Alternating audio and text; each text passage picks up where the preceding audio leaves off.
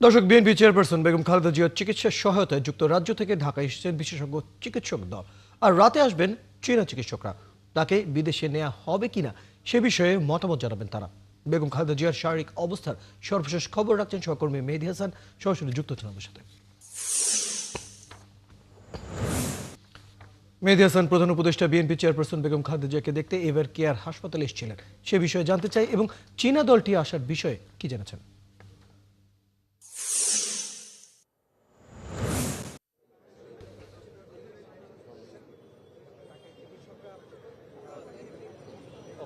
Faisal royal, আজ সন্ধ্যা ৫ মিনিটে হঠাৎই প্রধান উপদেষ্টা doctor Mohammad Yunus ever care হাসপাতালে বিএনপি চেয়ারপারসন ও সাবেক প্রধানমন্ত্রী বেগম খালেদা জিয়ার শারীরিক অবস্থার সর্বশেষ পরিস্থিতি জানতে আসেন এবং তিনি এখানে এলে মির্জা ফখরুল ইসলাম তাকে রিসিভ করেন এবং ডক্টর জাহিদ এবং ডক্টর শাহাবুদ্দিন তালুকদার তাকে যেখানে খালেদা জিয়া চিকিৎসা চলছে সেখানে নিয়ে যান। এবং এই সময় আমরা যতদূর জানতে পেরেছি যে প্রধান উপদেষ্টা ডক্টর মোহাম্মদ ইউনূস বেগম খালেদা জিয়ার সর্বশেষ শারীরিক পরিস্থিতির নানা খোঁজ খবর রাখেন।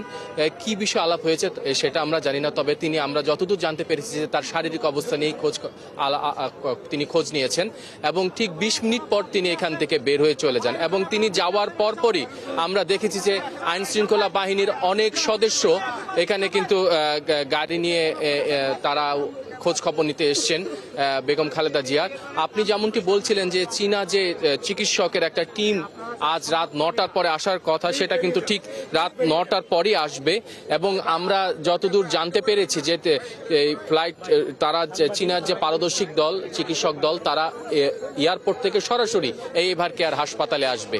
এবং সকালে এসছেন যুক্তরাজ্য থেকে রিচার্ড বিএল এবং তারা একটি দল আসছে এবং মেডিকেল বোর্ডে যে চিকিৎসকরা আছে তাদের সাথে কিন্তু আলাপ আলোচনা চলছে। আমরা যতদূর জানতে পেরেছি যে চীনা দলটি এলে হয়তো বেগম খালেদা জিয়ার সর্বশেষ শারীরিক পরিস্থিতির খোঁজ খবর নেবেন এবং তার যে পরীক্ষাগুলো আছে, স্বাস্থ্য পরীক্ষার প্রতিবেদনগুলো আছে সেটা তারা পর্যবেক্ষণ করবেন। এবং একটি প্রশ্ন উঠে আসছে সব দিক থেকে যে তাকে বিদেশে নিয়ে যাওয়া যাবে কিনা, সেই পরিস্থিতি নিয়ে হয়তো একটা সেটি নিয়ে আমরা জানতে পারবো খুবই শীঘ্রই, আশা করছি।